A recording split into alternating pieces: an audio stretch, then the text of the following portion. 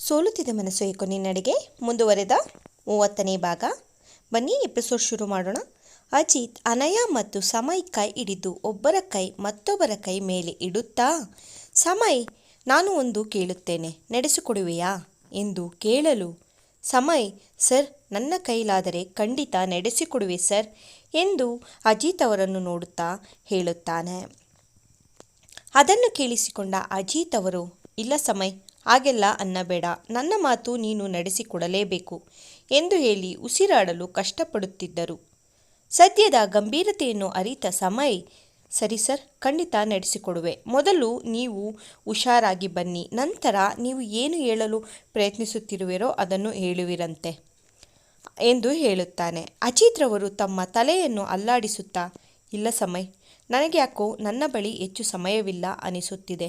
ನೀನು ಈಗಲೇ ಬೇಗ ನಿಮ್ಮ ಮನೆಯವರಿಗೆ ಫೋನ್ ಮಾಡಿ ಇಲ್ಲಿಗೆ ಬರಲು ಹೇಳು. ನಾನು ಅವರೊಂದಿಗೆ ಒಂದು ಮುಖ್ಯವಾದ ವಿಚಾರವನ್ನು ಅವರೊಂದಿಗೆ ಹೇಳಬೇಕು ಪ್ಲೀಸ್ ಎಂದು ರಿಕ್ವೆಸ್ಟ್ ಮಾಡಿಕೊಳ್ಳುತ್ತಾರೆ. ಸಮಯ್ ಅವರ ಮಾತನ್ನು ಕೇಳಿ ಗೊಂದಲದಿಂದ, ಸರ್, ನಮ್ಮ ಮನೆಯವರ ಬಳಿ ಏನು ಮಾತನಾಡಬೇಕು ಸರ್? ನನ್ನ ಬಳಿಯೇ ಹೇಳಿ, ನಾನು ಹೇಳುತ್ತೇನೆ. ನೀವು ಪದೇ ಪದೇ ನನ್ನ ಬಳಿ ಸಮಯವಿಲ್ಲ ಅಂತ ಮಾತ್ರ ಹೇಳಬೇಡಿ. ಅಮೃತ ಮತ್ತು ಅನಾಯ ನೀವು ಹುಷಾರಾಗುವುದನ್ನೇ ಕಾಯುತ್ತಾ ಆಚೆ ಕುಳಿತಿದ್ದಾರೆ. ಅವರು ಎಷ್ಟು ಟೆನ್ಷನ್ ಮಾಡ್ಕೊಂಡಿದ್ದಾರೆ ಗೊತ್ತಾ ಅಂಕಲ್ ನಿಮಗೆ ಎಂದು ಹೇಳಲು, ಅವರಿಬ್ಬರ ಮಾತನ್ನು ಕೇಳುತ್ತಿದ್ದ ಅನಾಯ ಅಜಿತ್ ರವರ ಕೈಯನ್ನು ಹಿಡಿದು, ಅಂಕಲ್, ಹಾಗೆಲ್ಲ ಮಾತನಾಡಬೇಡಿ, ನೀವು ಬೇಗ ಹುಷಾರಾಗ್ತೀರಾ, ನಿಮಗೇನೂ ಆಗಲ್ಲ ಅಂಕಲ್. ನೀವೇ ಈ ಥರ ಧೈರ್ಯ ಕಳೆದುಕೊಂಡರೆ ನಾವು ಹೇಗೆ ಸಹಿಸಬೇಕು ಹೇಳಿ? ಪ್ಲೀಸ್, ನಮ್ಮನ್ನು ಬಿಟ್ಟು ಹೋಗುತ್ತೀನಿ ಅಂತ ಮಾತ್ರ ಹೇಳಬೇಡಿ ಅಂಕಲ್.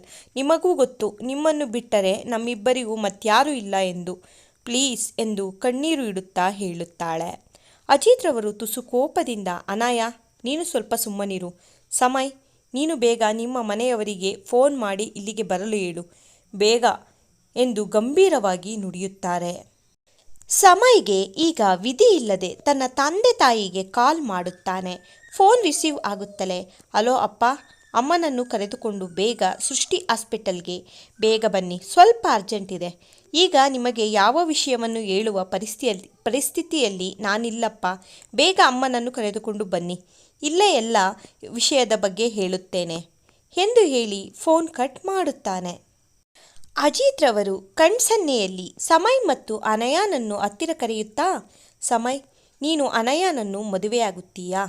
ಇಲ್ಲ ಎನ್ನಬೇಡ, ನಿನ್ನ ಕಣ್ಣಿನಲ್ಲಿ ಅನಯಾನ ಮೇಲಿನ ಪ್ರೀತಿಯನ್ನು ನಾನು ಎಂದೋ ನೋಡಿದ್ದೇನೆ.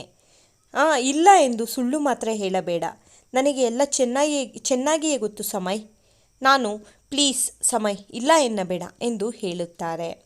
ಅಜಿತ್ ಮಾತನ್ನು ಕೇಳಿದ ಸಮಯ್ ತಕ್ಷಣ ತನ್ನ ಕೈಯನ್ನು ಹಿಂದೆ ತೆಗೆದುಕೊಳ್ಳುತ್ತಾ, ಸರ್, ನೀವು ಏನು ಮಾತಾಡ್ತಾ ಇದ್ದೀರಾ ಸರ್? ನಾನು ಹೇಗೆ ಅನಯ ಮ್ಯಾಮ್ನ ಮದುವೆ ಆಗೋಕ್ಕಾಗುತ್ತೆ? ಅವರೆಲ್ಲಿ ಸರ್?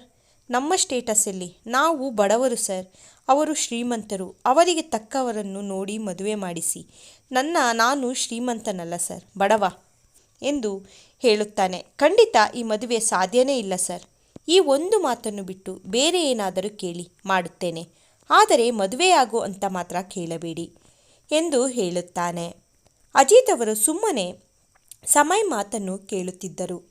ಅವನ ಪೂರ್ತಿ ಮಾತನ್ನು ಕೇಳಿಸಿಕೊಂಡ ನಂತರ ಅಜಿತ್ ರವರು, ಅನಯ, ನೀನು ಸ್ವಲ್ಪ ಆಚೆ ಹೋಗಮ್ಮ, ನಾನು ಸಮಯ್ ಜೊತೆ ಸ್ವಲ್ಪ ಪರ್ಸನಲ್ ಆಗಿ ಮಾತನಾಡಬೇಕು ಎಂದು ಹೇಳುತ್ತಾರೆ.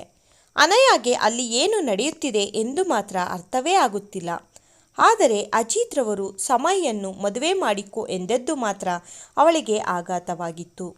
ಆದರೂ ಅದನ್ನು ತೋರಿಸಿಕೊಳ್ಳದೆ ಎದ್ದು ನಿಂತು, ಸರಿ ಅಂಕಲ್, ನಾನು ಆಚೆ ಇರುತ್ತೇನೆ ಎಂದು ತಲೆ ಆಡಿಸಿ ICU ಡೋರ್ ಓಪನ್ ಮಾಡಿ ICUಯಿಂದ ಆಚೆ ಹೋಗುತ್ತಾಳೆ. ಅನಯ ICUಯಿಂದ ಆಚೆ ಹೋಗುತ್ತಲೇ ಸಮಯ್ನನ್ನು ತನ್ನ ಬಳಿಗೆ ಕರೆದ ಅಜಿತ್ ರವರು ಮಾತನಾಡಲು ಶುರು ಮಾಡಿದ್ದರು. ದೀರ್ಘ 3 ಗಂಟೆಗಳ ಕಾಲ ಮಾತನಾಡಿದ ಅಜಿತ್ ರವರ ಕಣ್ಣಲ್ಲಿ ನೀರು ಅನಾಯಾಸವಾಗಿ ಹರಿಯುತ್ತಿತ್ತು. ಅವನು ಸಹ ಅವರ ಮಾತನ್ನು ಕೇಳಿ ಅವನ ಮನಸ್ಸಿಗೂ ಅಷ್ಟೇ ದುಃಖವಾಗುತ್ತಿತ್ತು ಎಂದು ಅವನ ಮುಖಭಾವವೇ ಎಲ್ಲ ತಿಳಿಸುತ್ತಿತ್ತು. ಸಮಯ್ ಮಾತ್ರ ಏನೊಂದು ಮಾತನಾಡದೆ ಸುಮ್ಮನೆ ಅವರು ಹೇಳುವ ವಿಷಯಗಳನ್ನೆಲ್ಲ ಕೇಳುತ್ತಾ ಸುಮ್ಮನೆ ಕುಳಿತಿದ್ದ. ಅವನ ಮುಖವೂ ಸಹ ದುಃಖದಿಂದ ಕೂಡಿತ್ತು. ಅಜಿತ್ರವರು ಸಮಯ್, ಈಗ ನಾನು ಹೇಳಿದ ವಿಷಯ ಯಾವುದೇ ಕಾರಣಕ್ಕೂ ಅಮೃತಗಾಗಲಿ ಅನಾಯಾಗಾಗಲಿ ಅಥವಾ ಬೇರೆ ಯಾರೇ ಆಗಲಿ ಯಾರಿಗೂ ತಿಳಿಯಬಾರದು. ಇದೇ ಕಾರಣಕ್ಕೆ ನಾನು ನಿನ್ನನ್ನು ಅನಾಯಾನನ್ನು ಮದುವೆಯಾಗು ಎಂದು ಕೇಳುತ್ತಿರುವುದು. ಪ್ಲೀಸ್, ನೀನು ಇವಾಗ ಅವಳನ್ನು ಮದುವೆ ಆಗಿಲ್ಲ ಎಂದರೆ ಅವಳಿಗೆ ತುಂಬ ತೊಂದರೆಗಳಿವೆ.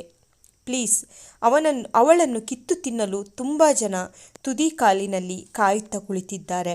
ನಾನೇನಾದರೂ ಅವರನ್ನು ಮಧ್ಯ ನೀರಿನಲ್ಲಿ ಕೈಬಿಟ್ಟು ಹೋದರೆ ಅವಳನ್ನು ಬದುಕಲು ಬಿಡುವುದಿಲ್ಲ. ಪ್ಲೀಸ್ ಸಮಯ್, ಈಗ ಸದ್ಯಕ್ಕೆ ನಿನ್ನನ್ನು ಮಾತ್ರ ನಂಬಲು ಸಾಧ್ಯ.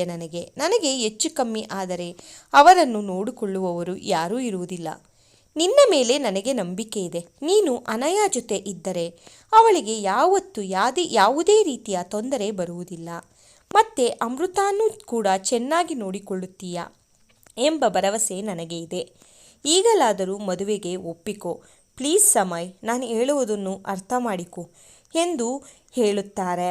ಅವರ ಎಲ್ಲ ಮಾತನ್ನು ಕೇಳಿಸಿಕೊಂಡ ಸಮಯ್, ಸರ್, ನೀವು ಹೇಳುವುದನ್ನು ನಾನು ಒಪ್ಪಿಕೊಳ್ಳುತ್ತೇನೆ.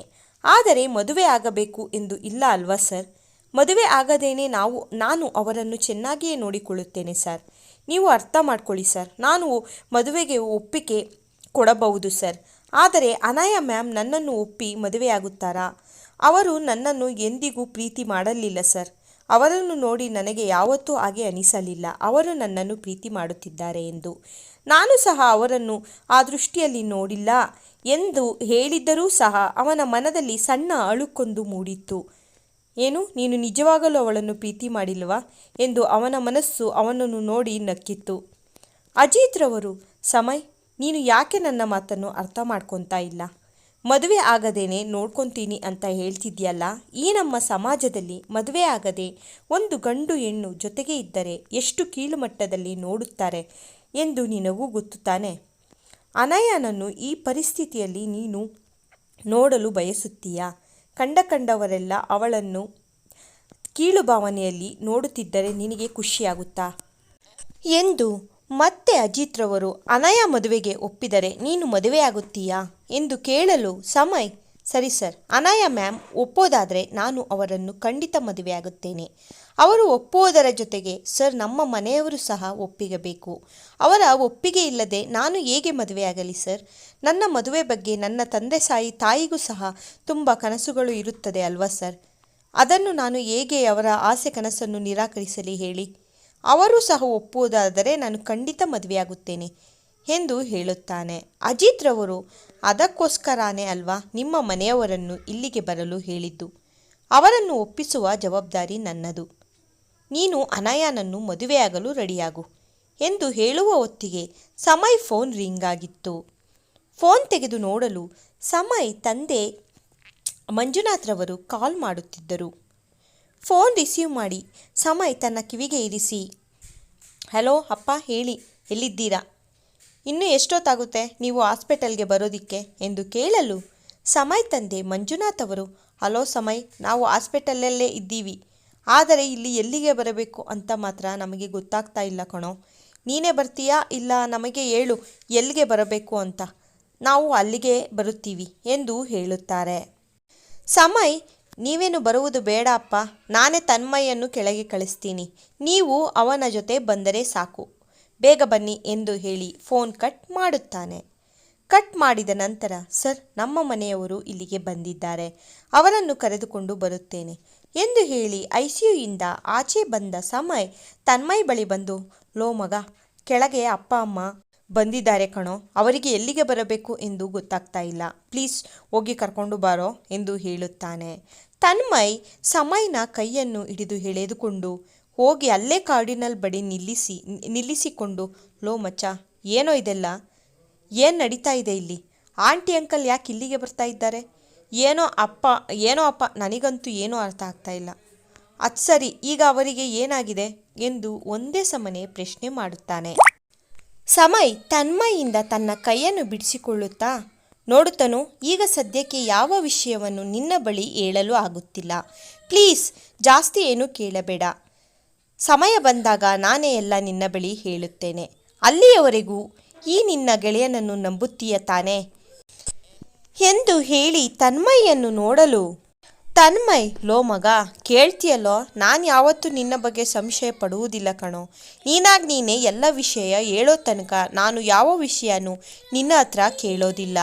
ನಾನು ನಿನ್ನನ್ನು ಖಂಡಿತ ನಂಬುತ್ತೇನೆ. ನಾನು ನಂಬಿಲ್ಲ ಅಂದರೆ ನಾನೇಗೋ ನಿನ್ನ ಬೆಸ್ಟ್ ಫ್ರೆಂಡ್ ಆಗ್ತೀನಿ.